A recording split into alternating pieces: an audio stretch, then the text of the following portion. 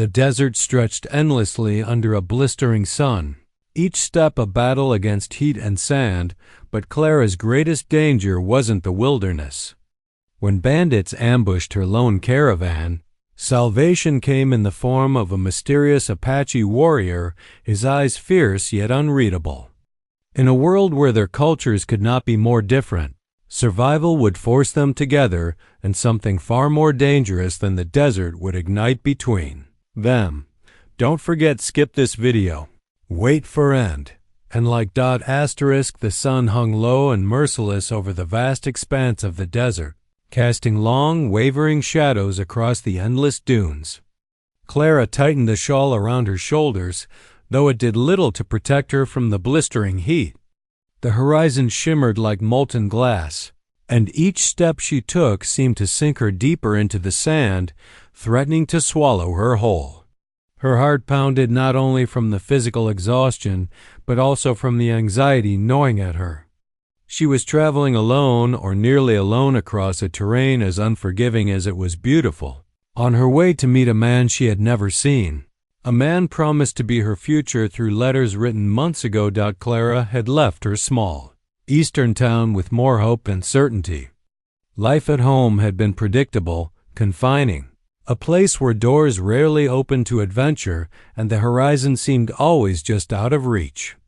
The idea of becoming a mail-order bride had terrified her at first. The thought of marrying a stranger, someone whose language, customs, and world were utterly foreign, was daunting. Yet she had grown restless, craving purpose, excitement, and a connection that felt real. The letters she exchanged with her prospective husband had painted him as honorable and kind, a man she might one day trust with her life. That trust had been enough to propel her across a continent and into the wide, arid unknown. Her caravan had been a modest group of travelers, a scattering of wagons with weary drivers and a few other women making the same journey. For days they had endured the relentless desert sun, nights filled with eerie silences broken only by the whispers of wind and the distant calls of nocturnal creatures.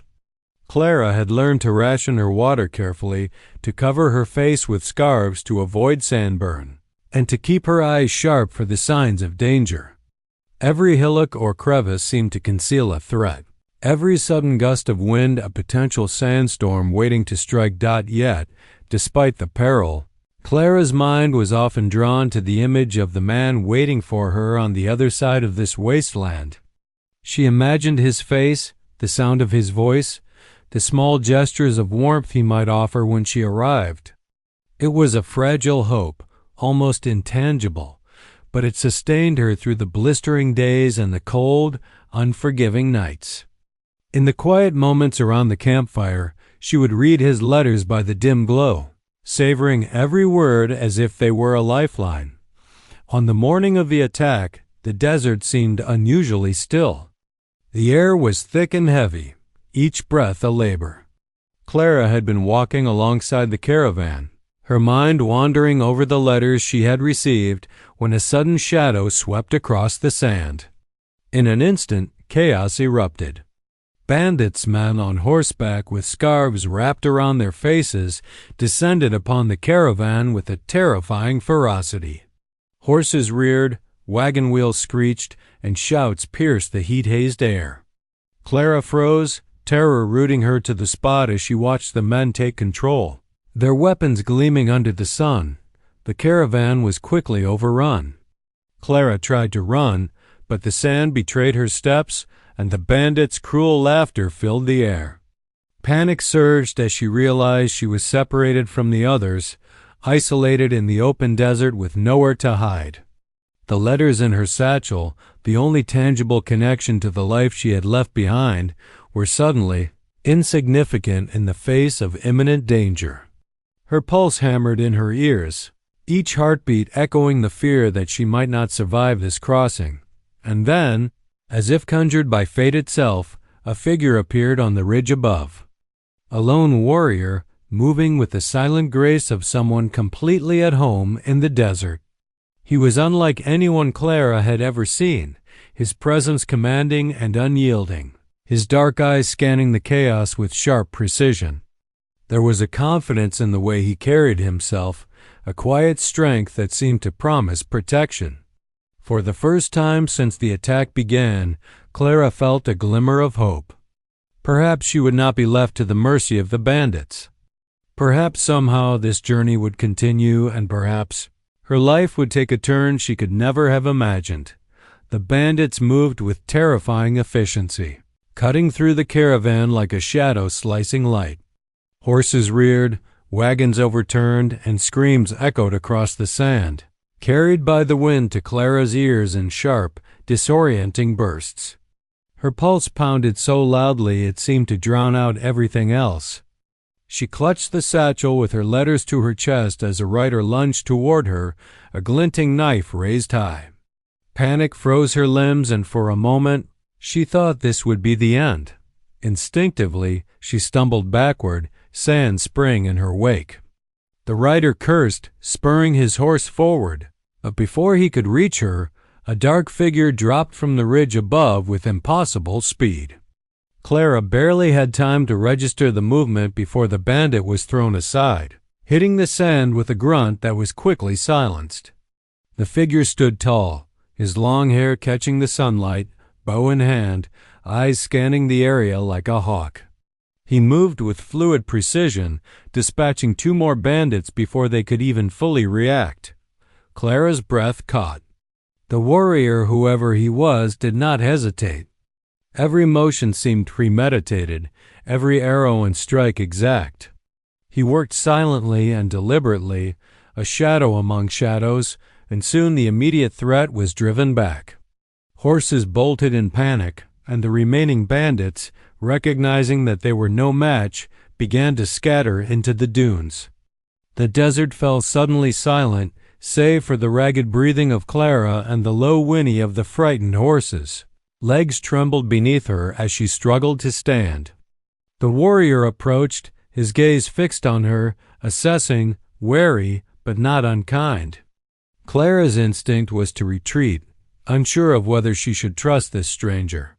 Her hand shook as she held out the satchel of letters almost reflexively, as though it could somehow shield her from the violence she had just witnessed. You saved me," she stammered, voice barely audible over the breeze. Her eyes darted around, half expecting the bandits to return. Thank you." The warrior said nothing at first. His dark eyes scanned the horizon, ensuring the threat had truly passed. Only then did he nod once, sharply, a gesture that felt both protective and commanding. Clara realized that words, in this moment, would not convey the depth of her gratitude or her fear. He motioned for her to follow him, pointing toward a small rocky outcrop nearby. Hesitant, Clara obeyed, feeling the weight of every step in the soft, shifting sand. She noticed the way he moved with total confidence, as though the desert itself bent to his presence. Though he did not speak, there was a calm authority in his posture, an unspoken promise that he would keep her safe. As they reached the outcrop, Clara sank to the ground, sand clinging to her damp skin. The warrior knelt beside her, his gaze softening for the first time. He handed her a canteen of water, a simple gesture that made her heart flutter with relief. Her hands shook as she took it, unsure whether to drink or just marvel at the fact that someone so foreign and enigmatic had appeared just in time to save her life. I don't even know your name," she admitted, her voice trembling. The warrior's lips curved slightly, just enough to suggest acknowledgement, before he drew a small blade and began checking the nearby area for lingering threats. Clara watched him, fascinated and frightened, aware that her life had already changed in ways she could not yet understand. She had crossed deserts, braved uncertainty, and now, by chance or fate, she was under the protection of this lone Apache warrior, someone whose life, she guessed, was as untamed and wild as the land itself. In that moment, Clara realized that her journey was no longer just about reaching a faraway man or fulfilling a promise written in letters. Survival had become immediate. And the man who had saved her, a figure of strength and mystery, was now inextricably part of her story. The desert stretched endlessly around them, vast and unforgiving. But for the first time since she had left home, Clara felt a spark of hope. Perhaps this stranger was not only a savior but a guide through the trials yet to come. Clara's pulse slowly began to steady, though every nerve in her body remained alert. She kept her eyes on the warrior, noting the way he moved with careful precision, almost as if he were reading the desert itself. There was a quiet power about him's strength that didn't need to be announced with words, only felt in the way he carried himself. Her mind struggled to reconcile the fear she felt with the curiosity that had begun to stir. Who was he? Why was he alone in such a harsh landscape? And why had he saved her, a stranger in his territory? The warrior finally knelt a little closer, scanning the dunes for any sign of the bandits' return.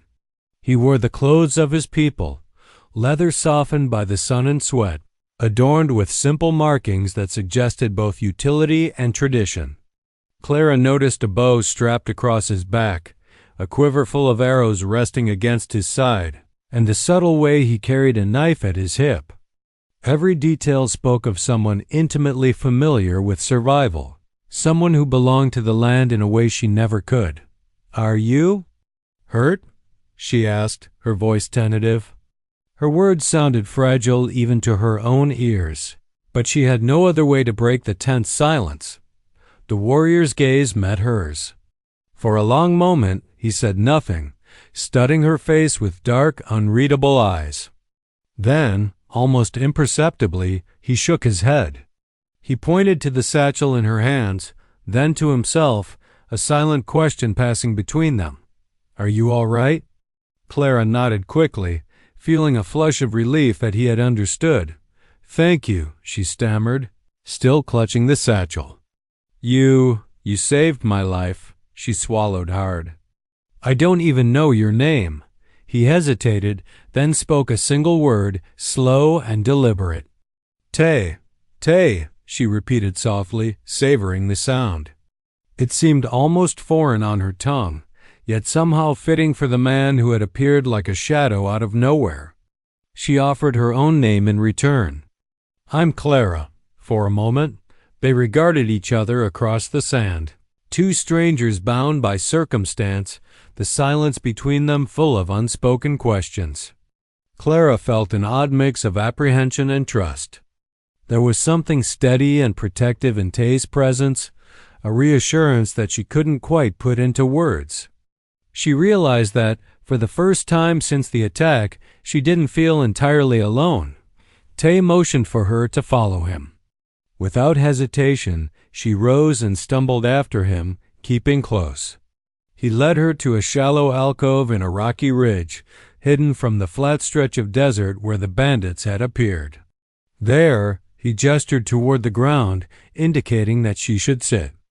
Clara obeyed, her legs trembling from exhaustion, fear, and the lingering adrenaline of the attack dot as they rested. She noticed small details that made Taye seem even more extraordinary. The way he touched the rocks and sand, assessing their stability. The way he scanned the horizon without turning his head. The fluidity of his movements, almost like a predator watching its surroundings with calm assurance. It was clear that every action he took had a purpose, every motion trained and deliberate. Finally, Clara dared a question, testing the boundaries of their fragile connection. Why did you help me? You didn't know me. You could have just walked away." Taye looked at her, and for the first time, she thought she saw a trace of emotion, something like empathy, perhaps even concern. He said nothing at first, then slowly made a gesture toward the sun and the desert beyond, a silent explanation that this land was his domain, and that no harm should come to someone he encountered here. No matter how unfamiliar, Clara felt a shiver of understanding. In this harsh, unforgiving desert, survival was everything, and Taye had chosen to protect her as the wind shifted and sand drifted around them, Clara realized that this encounter, brief as it might seem, had already changed her journey. She had left home seeking safety and purpose, and now she had found both in the form of a lone Apache warrior whose world was as foreign as it was fascinating. And though neither of them could have known it yet, this meeting marked the beginning of a connection that would defy culture, fear, and the unforgiving desert itself. The desert seemed even more relentless after the attack. The sun hung high in the sky, relentless in its heat, and the sand shimmered like fire under Clara's bare eyes. She walked beside Taye, her legs stiff and sore, yet she felt a measure of safety in his presence. The desert was vast and unforgiving, but with him nearby, the world no longer felt quite so isolating. Taye moved with ease across the dunes, his step sure and light, while Clara struggled to match his pace. Every few moments he would pause, turning to gesture for her to rest or offering a canteen of water without a word. She marveled at the fluidity of his movements, the way he seemed to anticipate obstacles long before they came. Even the simplest actions, walking across the shifting sands, avoiding hidden crevices, were lessons in survival. For hours they moved in silence. Clara observed him, noting the discipline and skill in everything he did. There was an intimacy to his awareness, a connection to the desert that she could not hope to understand. Every so often he would glance back at her, his eyes sharp yet patient, silently encouraging her to keep going. As the day wore on, they came across a shallow canyon, its rocky walls offering the first shade they had seen in hours. Taye led her into the narrow passage, pointing toward a small spring trickling from the rocks. Clara knelt beside it, letting the cool water run over her hands and face. She felt some of the tension in her shoulders ease, though exhaustion still weighed heavily upon her. "You live out here?" she asked hesitantly, unsure if it was safe to speak. Taye paused, looking up at the sky as if measuring the distance to the next ridge. He made a slow, deliberate nod and then motioned around them, indicating that the desert itself was his home. Clara realized that he was not just a warrior. He was intimately connected to this land, its dangers, and its rhythms. He survived not through sheer strength alone, but through knowledge, respect, and instinct honed over years of living in harmony with the harsh terrain. They rested for a brief moment before continuing. The sun began its slow descent, painting the desert in shades of amber and gold. As the shadows lengthened, Clara noticed Taye adjusting his pace, ensuring she did not fall behind. She felt a growing admiration for him, not just for his skill and bravery, but for the quiet way he protected her without asking for thanks or recognition. Night fell quickly in the desert. Stars emerged in brilliant clusters, and the temperature dropped sharply. Taye selected a flat area near a rocky overhang and gestured for Clara to sit. He gathered dry brush and kindling, quickly setting up a small fire. The warmth was welcome, and the crackling flames illuminated their faces in the cool night. Clara dared a glance at him, noticing the faint lines of concentration on his face as he worked. Despite the danger they had faced, he moved with a calm efficiency that suggested this was routine, almost second nature. Around the fire, Clara took out her letters, reading a few quietly to herself. Taye watched, curious but patient, as if giving her the space to maintain a piece of the world she had left behind. Finally, she spoke. "I never imagined I would be out here, alone in the desert, saved by a stranger." Her voice trembled slightly. "And yet I feel safe with you." Taye's gaze softened, a subtle acknowledgement that she had survived the attack not by chance, but because of his intervention. He made no grand gestures, no promises, only a silent assurance that he would continue to protect her as they navigated the desert together. As they settled in for the night, Clara realized that survival in the desert required more than water, shelter, and skill. It required trust. And for the first time in her journey, She felt that trust growing towards someone she had only just met. The bond forming between them was fragile, tentative, and entirely unexpected. Yet it felt vital in the desert's vast emptiness, with danger lurking in every dune and canyon. Clara and Taye had become an unlikely pair, two strangers bound by circumstance, learning to rely on each other. And as the stars glittered above, the desert stretched endlessly before them, promising new challenges, shared trials, and the beginning of a connection neither of them could yet name, but both would come to treasure. The desert, which had seemed vast and empty, soon revealed its lurking dangers. Clara and Taye had been traveling together for several days, moving cautiously but steadily across the dunes. The initial tension between them had eased. Clara trusted Taye's instincts, and he had begun to acknowledge her resilience and courage. Yet, the peace was fragile, and the desert had a way of reminding travelers that danger was never far away. It was late afternoon when they first spotted signs of movement on a distant ridge. At first, Clara thought it was a mirage, the desert playing tricks on her weary eyes. But Taye's posture stiffened, his hand moving instinctively toward his bow. He scanned the horizon with a precision honed by years in this unforgiving land. A cloud of dust on the ridge grew larger by the minute. Clara's stomach churned. Bandit scouts or stragglers from the group that had attacked her caravan were approaching. Taye lowered his voice to a near whisper, a gesture more than words. "Hide, stay low." He motioned for her to crouch behind a rocky outcrop. Clara obeyed, her hands trembling as she pressed herself against the sun-warmed stone. Her heart hammered as the bandits drew closer, their laughter carrying across the sand, cruel and unrelenting. Taye moved silently, almost like a shadow. In a blur of motion, he positioned himself between Clara and the approaching threat, his eyes sharp and calculating. The first bandit came too close, and Taye's bow sang, the arrow striking true.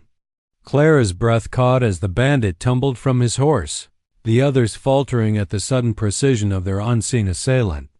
The skirmish escalated quickly.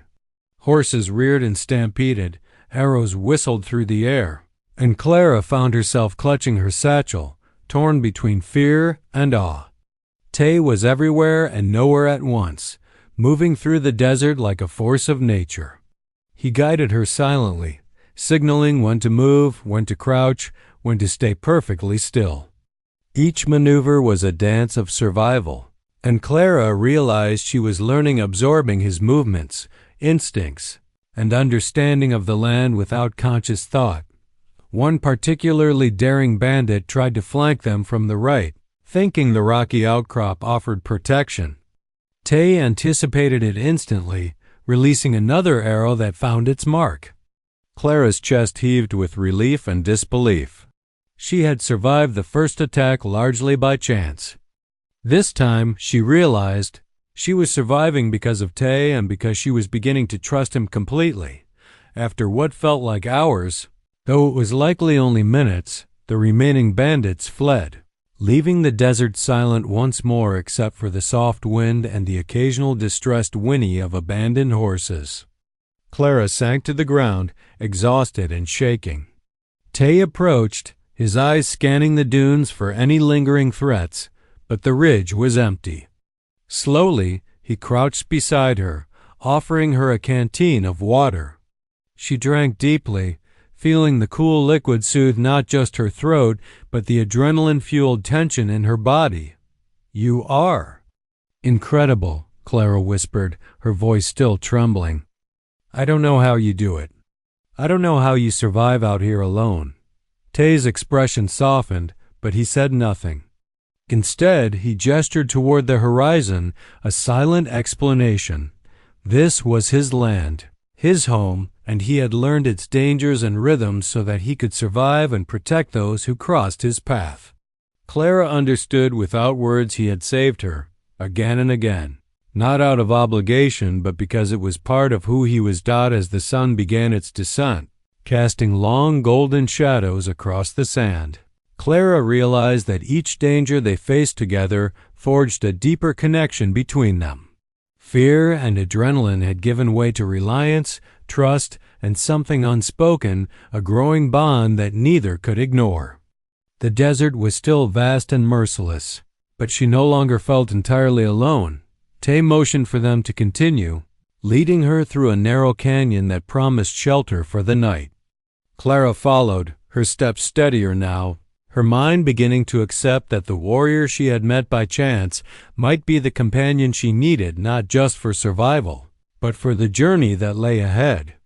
And as the desert stretched endlessly before them, she felt a quiet determination growing within her. They would face whatever came next, together. Night had fallen over the desert, and the stars burned like scattered diamonds against the inky sky.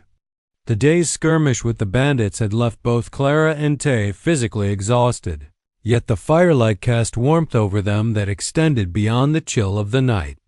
Taye had chosen a small alcove in the canyon for shelter, its rocky walls offering some protection from the desert wind. Clara sat cross-legged on the sand, rubbing her hands together for warmth, while Taye methodically arranged their modest campsite.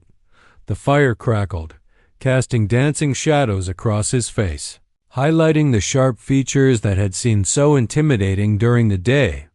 Now in the quiet, she saw something softer, an intensity that spoke not only of survival but of thoughtfulness, a life lived with vigilance and care. For the first time, Clara felt she could speak freely, unguarded by fear or caution. "I've never traveled like this before," she began, her voice low, almost blending with the hiss of the fire. "The desert. It's beautiful, but it's also cruel. I thought I understood danger, but it's different." She paused, glancing at Taye. You make it look easy." Taye's dark eyes met hers, and for the first time, he did not respond with a gesture or a wordless sign. Instead, he seemed to consider her, and then, with a subtle nod, he acknowledged her observation. His expression softened further, and Clara felt the faintest sense of connection, the kind that grows between two people who have faced shared peril. I didn't know anyone like you existed," Clara continued, finding courage in the intimacy of the firelight. "You move through this desert as if it's part of you, and yet you saved me. Why?" "You didn't have to." Her voice cracked slightly, betraying the mix of fear, gratitude, and something deeper she couldn't yet name. Taye shifted slightly, reaching for a small pouch at his side. From it, he drew a handful of dried herbs and began cleaning and preparing them. His movements were precise, almost ritualistic, and Clara watched, fascinated. It was then she realized everything about him, every skill, every habit was tied to this land, this life he had chosen and mastered. "I protect what I can," he said finally, his voice low but steady. "It is who I am," Clara nodded slowly, absorbing the words. There was honesty in his tone, an unwavering truth that resonated with her own desires for integrity and courage. In that moment, she felt an unexpected closeness to him, not just as her protector, but as someone whose world she wanted to understand.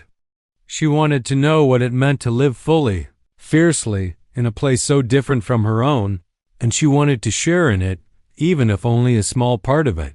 For the next few hours they shared stories, not of family or home, which remained distant, but of experiences, challenges, and survival. Clara spoke of her life in the East, of the longing that had driven her across continents, and of the fear and hope intertwined in her decision to leave everything familiar. Taye, in his own way, shared pieces of his world, the lessons learned from the desert, the principles that guided his life, and the subtle joys of a freedom few outsiders could understand. As the fire dwindled to embers, Clara felt a quiet trust settle over her.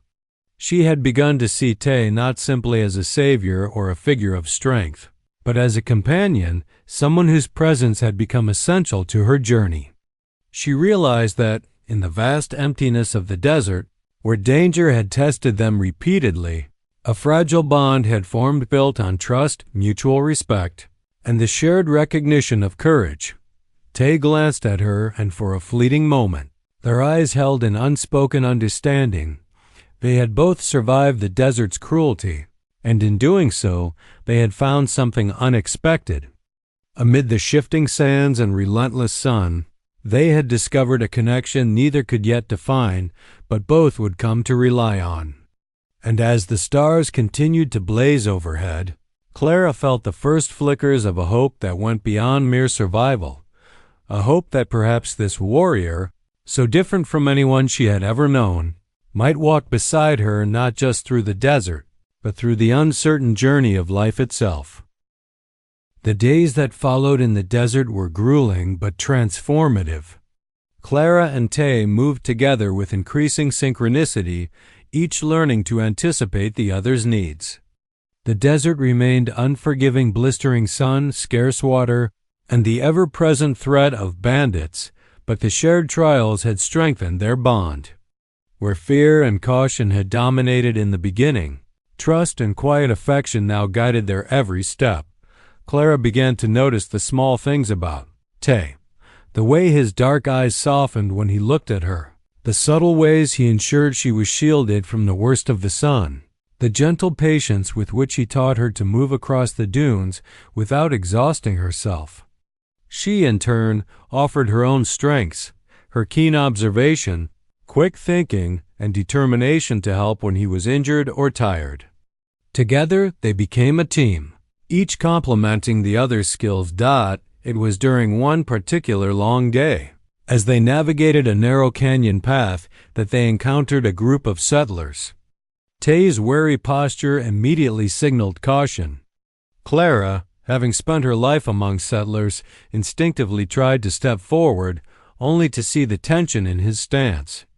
The settlers eyed her suspiciously, clearly unsettled by her company with an Apache warrior. Clara realized painfully that their worlds remained divided by fear, prejudice, and misunderstanding. Yet Taye did not waver. Standing protectively beside Clara, he communicated silently, guiding their passage past the settlers without conflict.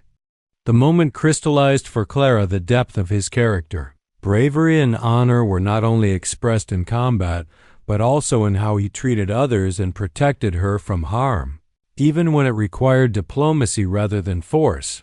That night, as they camped beneath a sky ablaze with stars, Clara felt the emotions she had been struggling to name begin to emerge.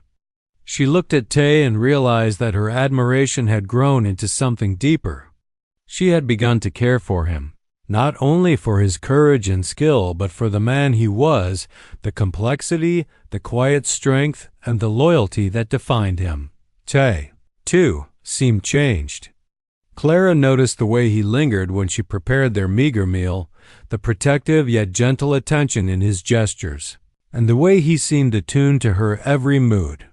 He had lived a life defined by solitude and survival, yet now he was sharing it with someone who mattered, someone who trusted him without reservation. Their growing connection was tested again when a sudden desert storm struck, sand and wind whipping violently around them.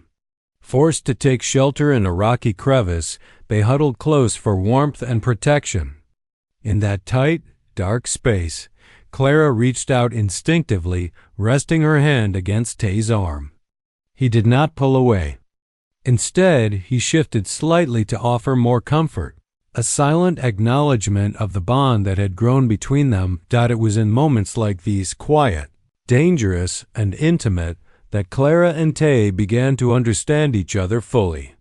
They came from different worlds, divided by culture and expectation, yet in the desert, stripped of pretenses and distractions, they had found a connection forged through trust, shared hardship, and mutual respect.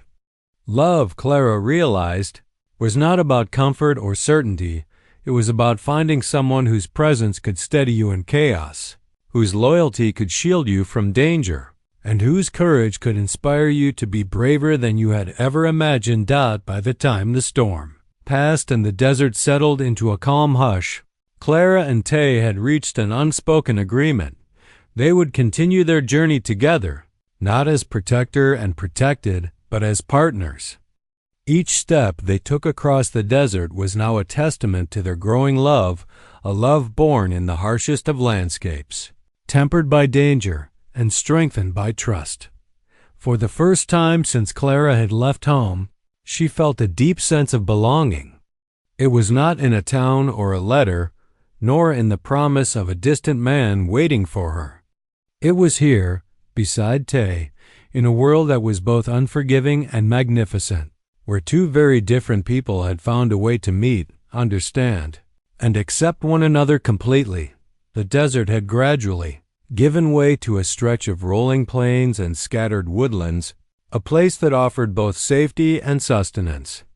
Clara and Taye had traveled together for weeks, each step cementing the bond they had forged through shared danger, trust, and growing affection.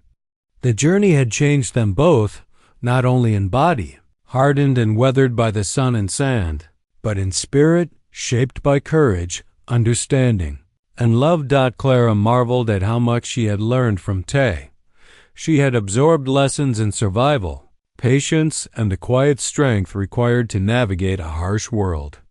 But more importantly, she had discovered a new understanding of herself, that bravery was not simply facing danger, but embracing the unknown, trusting someone completely, and allowing oneself to care deeply despite uncertainty. Taye, in turn, had opened his heart in ways he had never imagined. His life had been one of solitude, defined by the rhythms of the land and the necessity of survival. Yet with Clara, he had found a companion, someone who challenged him, understood him, and shared in his triumphs and fears. Their bond was no longer fragile. It had been tempered by sandstorms, bandit attacks, and sleepless nights under the vast desert sky. When they reached a settlement on the outskirts of the plains, they were greeted with wary curiosity. Settlers looked at Taye with suspicion, while Clara's appearance and speech marked her as someone from a very different world. But the bond between them needed no validation. They had proven to each other and themselves that love and trust could transcend cultural boundaries and societal expectations. They chose a place on the edge of the settlement near the hills and streams, a small home they could build together, blending the ways of their two worlds. Taye taught Clara how to live in harmony with the land, how to track and hunt, how to read the weather and the signs of nature. Clara brought her own knowledge, her patience, and her optimism, helping Taye see that the world could be shared, not merely endured. Together they worked the land, creating a home that was part desert resilience, part warmth and care, and entirely their own. Over time, their love became a quiet legend in the region, a story whispered among settlers and neighboring tribes alike. It was a testament to courage, to the unexpected paths life could take, and to the extraordinary power of connection forged in adversity. Clara and Taye did not merely survive. They thrived together, building a life that honored both her past and his heritage, blending their worlds with respect and love. One evening, as the sun dipped below the horizon, painting the sky in hues of gold and crimson, Clara and Taye stood together outside their home, the wind carrying the scent of sagebrush and the distant sound of a river. They held hands, not out of necessity, but out of a shared understanding that they had chosen this life together. The desert had tested them, shaped them, and led them to each other, but it was the life they built afterward that proved their greatest triumph. And as night settled over the land, the stars shining just as brightly as they had in the desert, Clara realized that her journey, once a treacherous crossing filled with uncertainty, had led her not only to love but to a home, a purpose, and a partnership forged in fire, trust, and the unyielding beauty of the world around them. Together, she and Taye had found not just survival, but a life worth living, hand in hand, heart to heart, across a landscape that had once threatened to swallow them whole.